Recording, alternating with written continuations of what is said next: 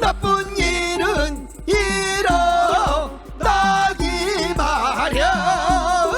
좋은 일이 일어나려면 정신줄 번쩍.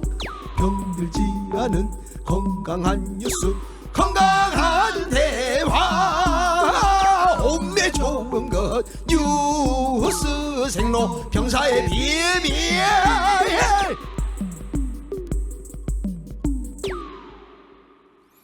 뉴스의 본질, 뉴스의 비밀을 파고드는 시간. 뉴스 생로병사의 비밀 시작합니다. 뉴스빙하 김민아 시사평론가, 뉴스화산 김수민 시사평론가, 어서 오세요. 반갑습니다. 안녕하세요. 방금 노래를 부르신 분은 기분이 좋은 일이 많으셨나 봐요. 네. 굉장히 신이 나네요. 본인 안 그래요? 뉴스가 기분이 좋은 뉴스가 많아야 되는데 슬픈 뉴스, 화가 나는 뉴스, 예. 힘 빠지는 뉴스, 눈물이 뚝뚝 흐르는 뉴스만 잔뜩 쌓여 있어가지고 빙하가 또 막 녹고 있습니다. 또 예. 뮤지션은 그 슬플 때도 빙하는 뭐 맨날 녹아. 슬플 때도 신나게 노래할 수 있어야 되기 때문에. 네. 근데 그것은 시사평론가도 마찬가지 아닐까. 네. 네, 저는 시무룩할 때도 언제나 폭발할 준비가 돼 있습니다. 네. 좋습니다. 어려울 때일수록 희망을 찾고 본질을 찾아야 우리가 또 에너지가 충전이 된다 이 말이에요. 그러니까 지금부터 한번 힘차게 진행해 보겠습니다. 본질이 비극일 수도 있습니다. 네, 비극이라도 상관없습니다. 따라야 됩니다. 자, 첫 번째 뉴스, 우리 뉴스 빙하가 준비해 오셨는데 역시 코로나 얘기네요. 코로나 지금 큰일 상당히 났습니다. 심각한 네. 상황이죠. 큰일 났습니다, 정말. 큰일 났어요. 오늘 코로나19 확진자가 전날 대비 223명이 늘어나서 네. 사흘 연속으로 200명대를 기록했다 이렇게 뭐 발표가 됐는데 그러게요. 주말에는 검사 건수가 좀 줄어드는데도 불구하고 이렇게 200명대가 계속 나온 거기 때문에 심각한 상황이죠. 오늘 정은경 본부장이 브리핑에서 이렇게 얘기를 했습니다. 현재 감염 재생산 지수가 1.12가 됐다. 네. 이게 무슨 얘기냐면 감염 재생산 지수 이게 얘기가 어렵지 않습니까? 네. 한 명 환자가 발생하면 그 환자가 얼마만큼의 다른 환자를 만들어내느냐 뭐 이 얘기죠. 그러니까 코로나의 출산율이네, 출생률.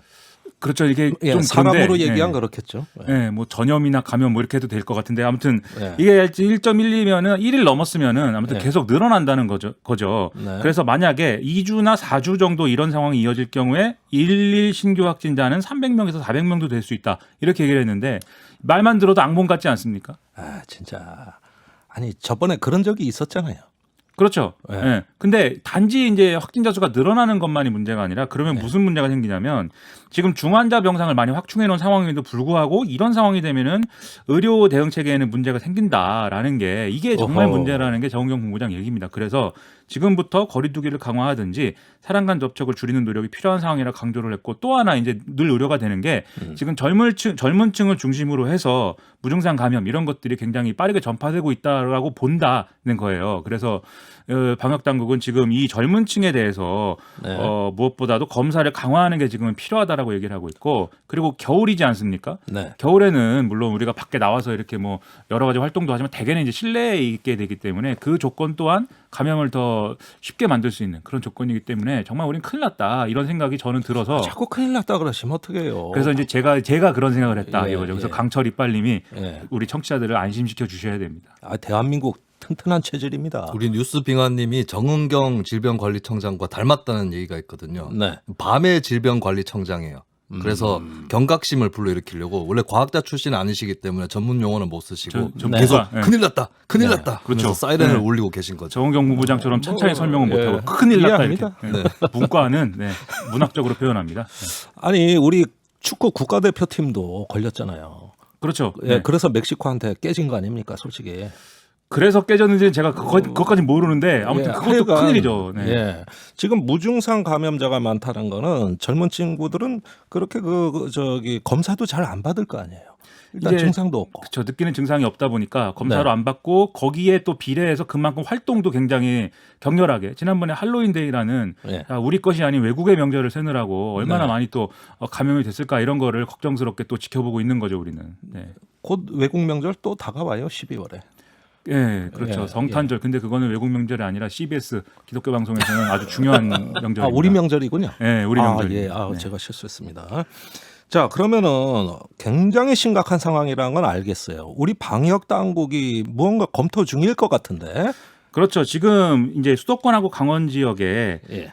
사회적 거리두기 1.5단계로 상향 가능성을 알리는 예비 경보를 주말에 발령을 했습니다. 예. 그러니까 이게 참 뭐랄까요? 1.5단계, 1단계, 2단계, 3단계가 1단계, 1.5단계 막 이렇게 변한 것도 좀 헷갈리는데 많이 세분화됐어요. 네, 여기에다가 예비 경보까지 더하니까 좀 더 이제 우리가 좀 혼란스러운데 네. 결국 수도권하고 강원 지역에 대해서 19일 0시부로 1.5단계 격상을 잠정 결정하고 조율 중이다라는 지금 얘기가 나오고 있습니다. 그래서 생활방역위원회 회의에서 전문가 의견까지 수렴을 해가지고 종합적으로 고려를 한 뒤에 최종 방침을 확정할 거라는 얘기인데 다만 이제 강원도의 경우에는 특히 또 영동이 아니라 영서 지역에서 많이 이제 확진자가 발생하고 있어서 영서 지역에서만 또 격상하는 방안이라든지 이런 거를 찾고 있다고 합니다.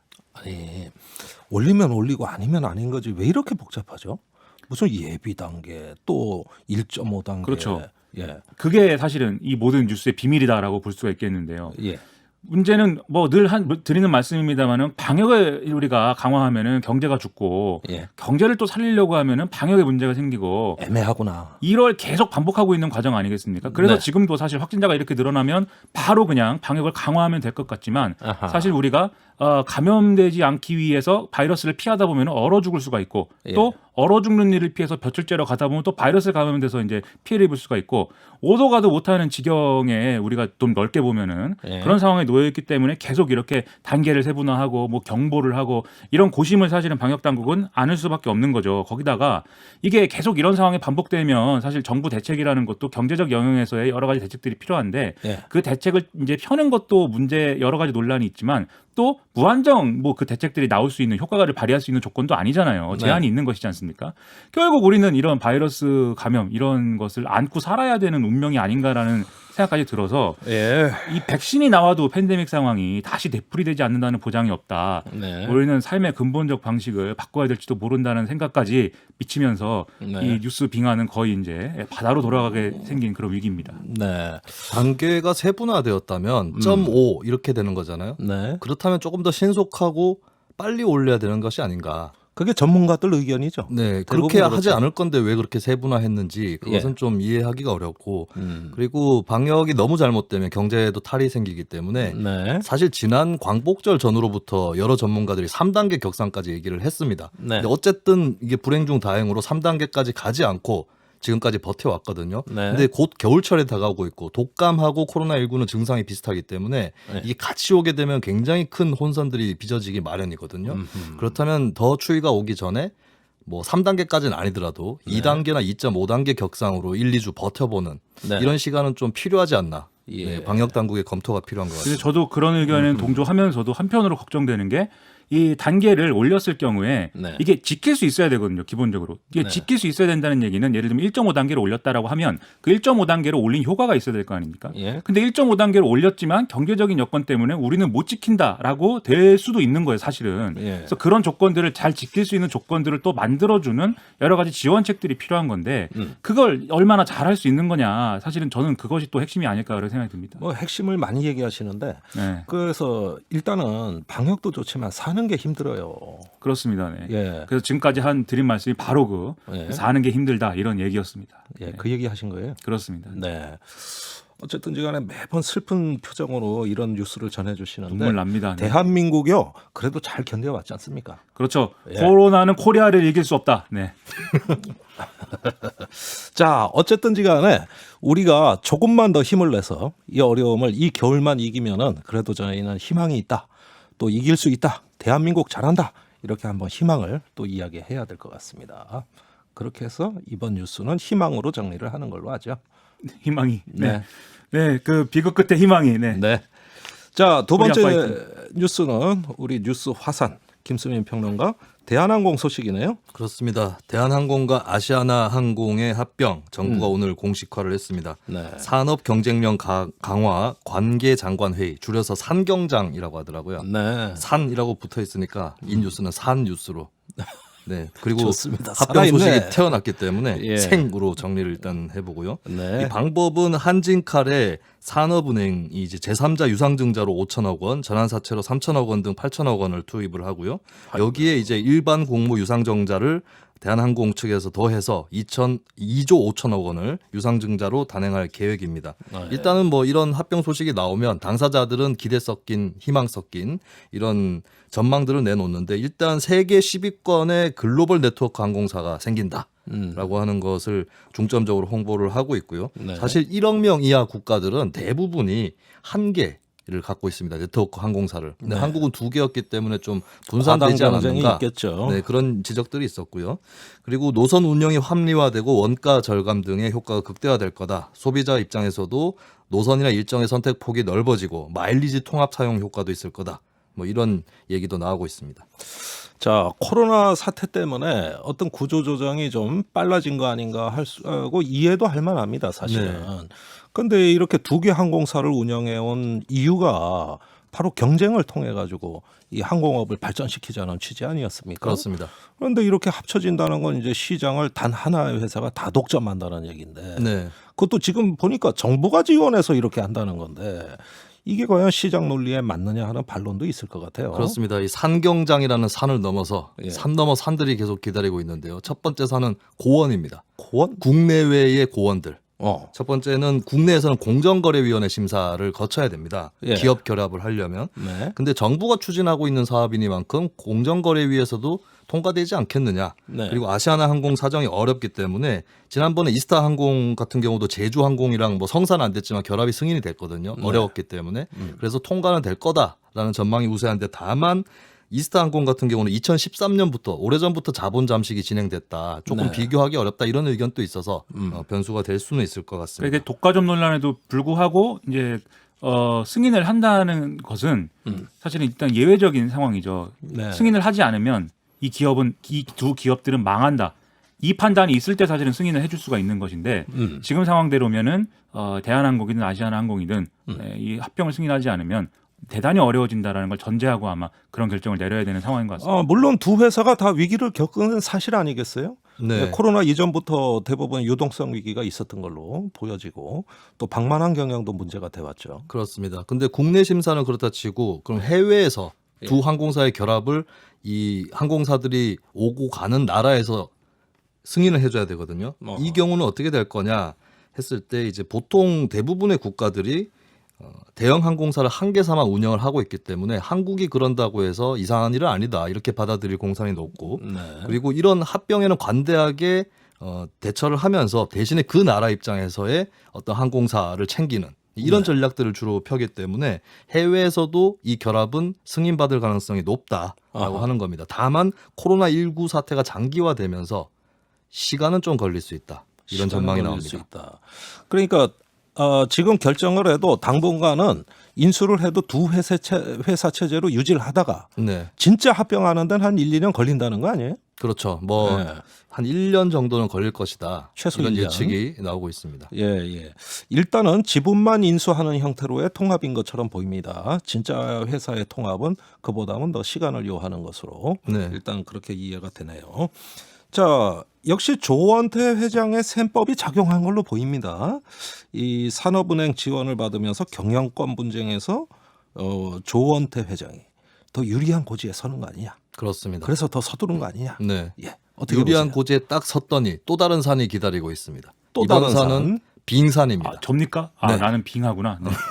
더 높아야 됩니다. 네, 지분을 더 쌓으세요. 네. 이 빙산은 바로 삼자 주주연합이라고 하죠. 조현아 씨 쪽하고 네. KCGI 누이죠? 행동주의 사모펀드죠. 네. 그리고 반도건설 네. 이 삼자 연합 이 현재 스코어로는 지분율이 47%거든요. 네. 조원태 회장이 41%입니다. 아하. 근데 이번에 이제 인수를 하는 과정에서 제3자 배정 유상 증자를 하게 되는데 이게 기존 주주를 상대로 하는 증자가 아니라 네. 제3자에게 배정을 하는 것이고 이 과정에서 산업은행이 한진칼 지분을 확보를 하게 되는 거죠. 예. 그렇게 될 경우에 3자 연합의 우호 지분율 이쪽은 조금 떨어지게 되는 것이고요. 그리고 산업은행이랑 조원태 회장이 연합을 하게 되면은 네. 결국에 이 경영권 분쟁에서 조원태 회장이 유리한 고지를 점한다라고 네. 하는 겁니다. 실제로 그래서 사모펀드 KCGI 같은 경우는 제3자 유상증자에 대해서 반대하면서 예. 기존 주주 전체를 상대로 일단 유상증자를 하고 실권이 생기면 그때 그것은 산업은행에 배정하는 것이 합리적이다 이런 의견을 폈습니다. 제가 좀 따라잡기에 점점 복잡해지는데 네. 내막을 이게 만약에 그렇게 해서 분쟁이 확대된다면 이것이 이제 정치 문제화 된다거나 또는 어떤 법정 소송으로 간다거나 여러 가지 어떤 의사결정 과정상에서 분쟁으로 연결된다거나 네. 이런 소지는 없습니까? 3자연합 측에서는 모든 수단을 강구하겠다라고 하는 아이고야. 거고요. 그 결정 가운데서는 이제 이사회 결의에 대해서 무효 확인 소송이라든지 예. 임시 주총을 내년 1월에 소집해서 맡겠다든지 여러 네. 가지가 다 검토가 되고 있는 상황입니다. 네. 여기에 대해서 이제 한진칼에서는 정관상으로는 발행 주식 총수의 30% 이하 범위에서 네. 신주를 발행해서 산업 재편 및 구조조정 전문 금융기관, 산업은행을 포함한 기관이죠. 네. 여기에 이제 긴급한 자금 조달을 할 수 있다라고 맞서고 있는 상황이고요. 네. 산업은행 측의 반응은 이렇습니다. 절박한 상황이기 때문에 해야 되고 3자 연합과도 협력하기를 기대한다. 그러니까 우리가 꼭 조원태 편이라고 생각하지는 마라. 이런 신호를 준 셈인데요. 네. 근데 여기에 대해서 과연 그럼 조원태 회장을 안 도와줄 거냐? 그렇게 또 의문을 품을 수 있겠죠. 실제로 그 부분에 문제 제기하는 사람들이 있습니다. 산업은행이 그럼 실제로 산업은행이 어쨌든 국책은행인데 네. 한진칼의 어떤 지분 구조상 경영권 분쟁이 실제로 일어난 어떤 안건이 올라왔을 때 조원태 회장의 손을 그냥 이런 정치적인 이유로 아시아나항공을 당신이 책임지시오라는 차원에서 그냥 손을 들어주는 것은 오히려 그게 문제 아니냐라는 문제 제기를 하는 사람들도 있어서 산업은행이 중립적인 의사결정을 해야 되는 게 아니냐. 계속 이 주주총회라든지 이런 부분에서 예. 이런 의견도 있는데 말씀하신 대로 김수민 평론가 말씀하신 대로 그러면 과연 이 아시아나항공 인수가 되겠냐? 제대로 이제 되겠느냐 이런 예. 의문도 또 있고 해서 사실은 그 두 이해관계가 맞물리고 있는 것이고 예. 그 조건 자체는 이제 현실이다 이렇게 봐야 되겠죠. 그 과거 예. 정치권의 김종필 전 총리처럼 네. 줄타기 캐스팅 보트를 행사할 수도 있슈. 자, 김종필 전 총리 그 옛날에 막 김대중 대통령 인수위가 네. 구성이 됐을 때 항공 4사를 통합한 적이 있죠. 아, 네, 그래서 그렇죠. 오늘날 항공우주산업 카이가 네. 김종필 그 당시 이후에 총리가 카이요? 예. 엑소의 카이가 김종대 아닙니까 본명이? 예, 그래서 네. 종대야 노래 불러줘 네. 고마워라고 홍대 광고판 데 있어요. 네. 그런데 그게 김종들이 이렇게 아니고 많습니다. 네. 예, 그래서 지금 이전에도 IMF 때 우리가 항공업을 구조조정한 선례가 있습니다. 그렇습니다. 네, 그게 바로 김종필 전 국무총리죠. 자, 선의의 피해자는 없느냐가 관건입니다. 노조나 투자자들도 비상한 관심을 두고 있지 않겠어요? 네, 특히 노조는 폭발 직전의 화산에 아이고 가깝습니다. 저런. 대한항공과 아시아나 양쪽 노조 5개가 모여서 오늘 예. 입장을 정리를 했는데 이 협상은 권위주의 정권의 상징인 밀실 협상이다. 하하. 노조 참여 보장, 합의 내용 투명 공개 이런 것들을 요구를 했습니다. 네. 노사정 협의체 구성을 위해서 통해서 원점 재논의를 해야 된다라고 주장을 했고요. 강경하네요. 네, 근데 양사의 뭐 조원태 회장이라든지 한창수 대표라든지 이쪽에서는 인위적인 인력 구조조정 없을 것이다. 네. 다독이는 모습이고 또 산업은행 측도 이게 중복되는 양사 인력이 한 800명 내지 1000명 정도 되는데 자연 퇴사 인원도 있고 여러 가지 신규 사업 등 이런 것들을 고려하면 구조조정 안 할 수 있다. 한진에게 확약을 받았다라고 밝혔습니다. 근데 네. 문제는 지금 양사 직원의 70%가 휴직인 코로나19 상황에서 그런 상태고 노조 입장에서는 이거 당연히 인력 축소되는 거 아니냐. 구조조정이 불가피해지는 것이 아니냐 우려를 하고 있는 네. 그런 상황입니다.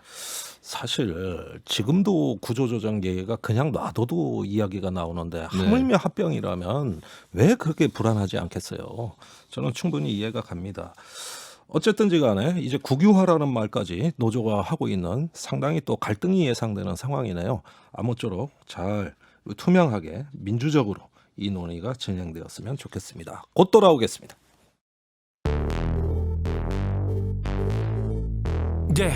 왜 뉴스는 태어나기만 하면 병이 들고 망가지는지 그 뉴스를 병들게 만들고 있는 건 도대체 누군지 병들지 않는 뉴스를 원하고 있지 그게 누구든지 그래서 우리는 김종대 목소리를 듣지 뉴스의 새로운 현상 뉴스의 생로병사 뉴스의 새로운 현상 뉴스의 생로병사 뉴스 생로병사의 비밀 세 번째 뉴스입니다. 뉴스 빙하가 준비했네요. 그렇습니다. 네. 뭡니까? 한국판 뉴딜의 한국판 비밀은 네, 답정너다. 답은 정해졌고 우리는 대답만 하면 된다인데요. 그거 참 희한하네. 예. 그렇죠. 차츰 들어보기로 하겠어요. 비밀을 한번 찾아보시죠. 네. 자, 오늘 열린 뉴딜 전략회의 당정청이 다 결집했다고요? 그렇습니다. 특히 이제 문재인 대통령이 이제 주재를 했는데 네. 문재인 대통령이 어떠한 얘기를 했는지를 네, 직접 한번 들어보도록 하겠습니다. 들어보겠습니다. 한국판 뉴딜은 대한민국의 미래를 여는 열쇠입니다. 선도국가로 도약하기 위한 담대한 도전에 나서겠습니다. 당과 정부가 혼연일체가 되어 대한민국의 위대한 도약을 이끌어 나갑시다. 네, 대통령 발음이 여전히 안 좋으시네. 네, 뭐 예, 치아 여전히 건강이- 경무에 시달리시는 것 같아요. 자, 어떤 발표들이 나왔죠? 네, 뭐 이 자리에서 일단 문재인 대통령이 좀 당에서 대거 참석해줘서 든든하고 좋다 이렇게도 얘기를 했고 네. 또 이제 디지털 혁신을 선도하고 그린 뉴딜을 가속화하기 위한 법적 토대를 좀 신속히 마련해 주기를 바란다 이런 얘기도 하고 네.